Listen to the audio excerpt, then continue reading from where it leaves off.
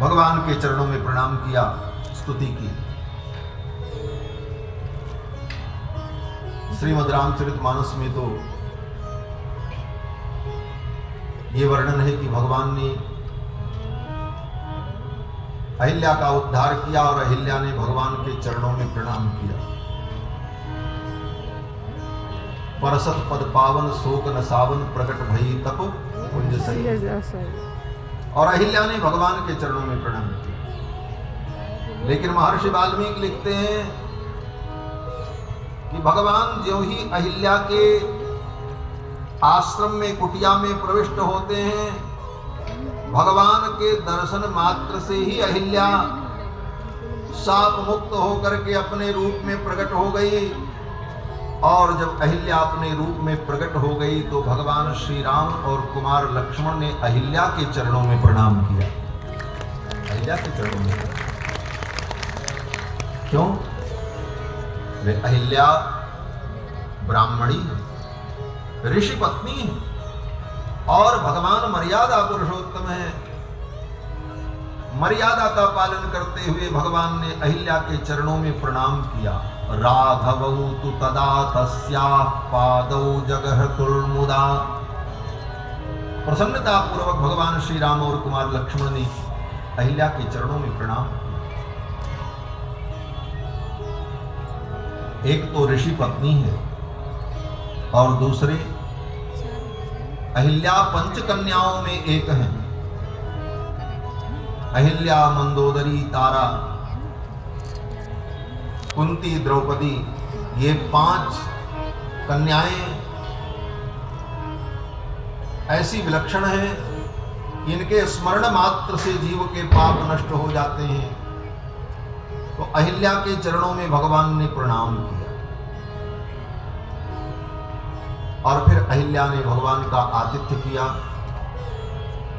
और उसी समय महर्षि गौतम आए और अहिल्या अपने पति महर्षि गौतम के साथ पतिलोक चले गए।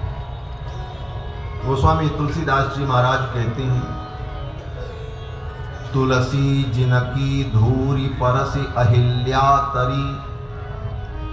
तुलसी जिनकी धूर परसि अहिल्या तरी। गौतम सिधारे गृह गवनों सो लवाई के। महर्षि गौतम अहिल्या को लेकर के विदा हो गए। और किस भाव से? बोले महर्षि गौतम को यही अनुभव हुआ कि आज ही मेरा विवाह हुआ है और विवाह के बाद मैं विदा करा करके, गौना करा करके दुल्हन को लेकर के जा रहा हूँ। ये अनुभव हुआ महर्षि गौतम को। गौतम सिधारे गृह गवनों सो लवाई के। अहिल्या का भगवान ने उद्धार किया। इसके बाद भगवान विश्वामित्र जी के साथ मिथिला के उपवन में विश्राम कर रहे हैं। इधर सूचना जनक जी को प्राप्त हुई कि विश्वामित्र जी महाराज अपनी मुनि मंडली के साथ पधारे हैं। तो विश्वामित्र जी का स्वागत करने के लिए, प्रणाम करने के लिए जनक जी महाराज अपने परिकरों को लेकर के वहाँ उपवन में पहुँचे और आकर के विश्वामित्र जी के चरणों में प्रणाम किया। विश्वामित्र महामुनि आए, विश्वामित्र महामुनि आए। समाचार मिथिला कति पाए, समाचार मिथिला कति पाए। संग सचिव सुचि भूरि भट, भूसुर बर पुर ज्ञात। संग सचिव सुचि भूरि भट, भूसुर बर पुर ज्ञात। चले मिलन मुनि नायक, मुदित राव यही बात। चले मिलन मुनि नायक, मुदित राव यही बात। दीन प्रणाम चरण धरि माता, दीन प्रणाम चरण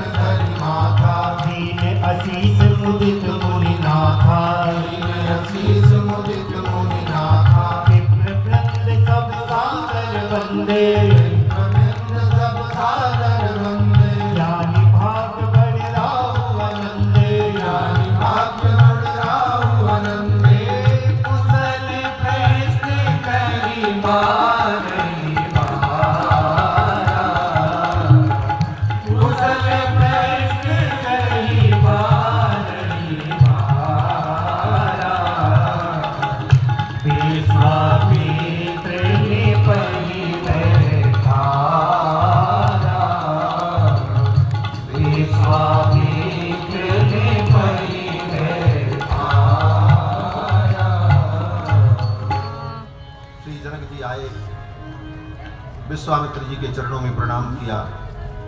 विश्वामित्र जी ने कुशल क्षेम पूछा। कुशल प्रश्न करे 12।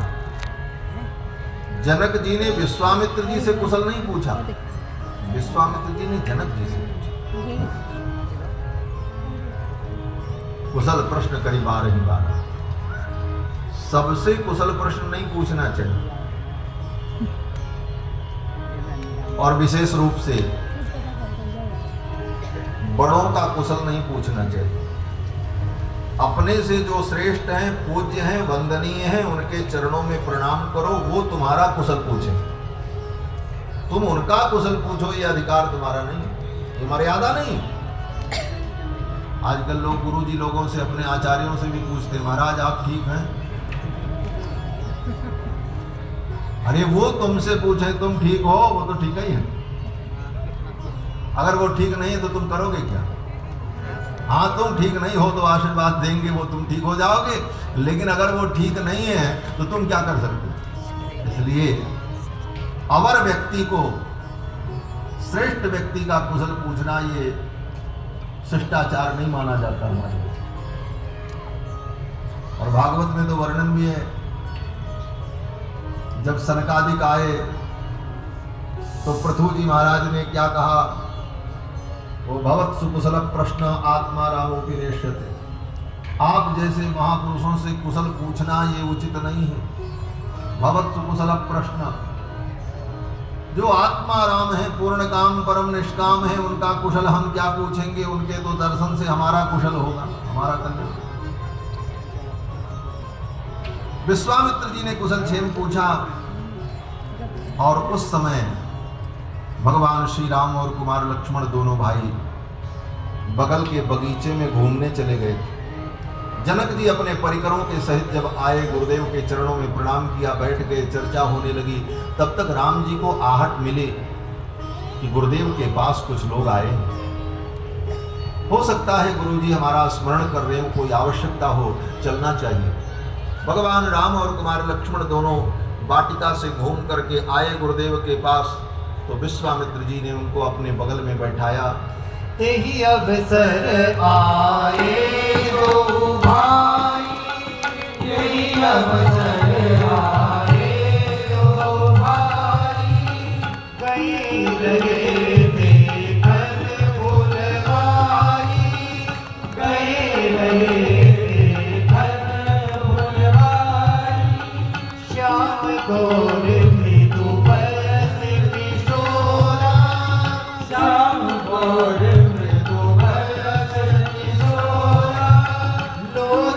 सुखद विश्वचित चोरा, लोचन सुखद विश्वचित चोरा, उठे सकल जब रघुपति आए, उठे सकल जब रघुपति आए, विश्वामित्र निकट बैठाए, विश्वामित्र निकट अवसर आए दो भाई, तेहि अवसर आए दो भाई, तेहि अवसर आए दो भाई। उसी समय भगवान श्री राम और कुमार लक्ष्मण आए। विश्वामित्र जी ने उनको अपने निकट बैठाया। श्री जनक जी महाराज ने जब देखा राम जी को, तो अपलक नेत्रों से श्री जनक जी महाराज भगवान को देखते ही रहे। जनक जी ने कहा, मुनिवर ये दोनों कुमार कौन हैं? ये मुनि कुमार हैं, बड़ा कीड़ा है, ये राजकुमार क्यों? बोले धनुष बाण धारण किए हुए, इसलिए लग रहा है राजकुमार। और मुनियों के साथ आए हैं, इसलिए लग रहा है मुनि कुमार। तो पहले तो ये संदेह आप दूर करो कि ये मुनि कुमार हैं कि राजकुमार हैं। कहु नाथ सुंदर दो बालक, कहु नाथ सुंदर कर दो बालक मुनि कुल तिलक के नृप कुल बालक मुनि कुल तिलक के नृप कुल बालक ब्रह्म जुनि का लीति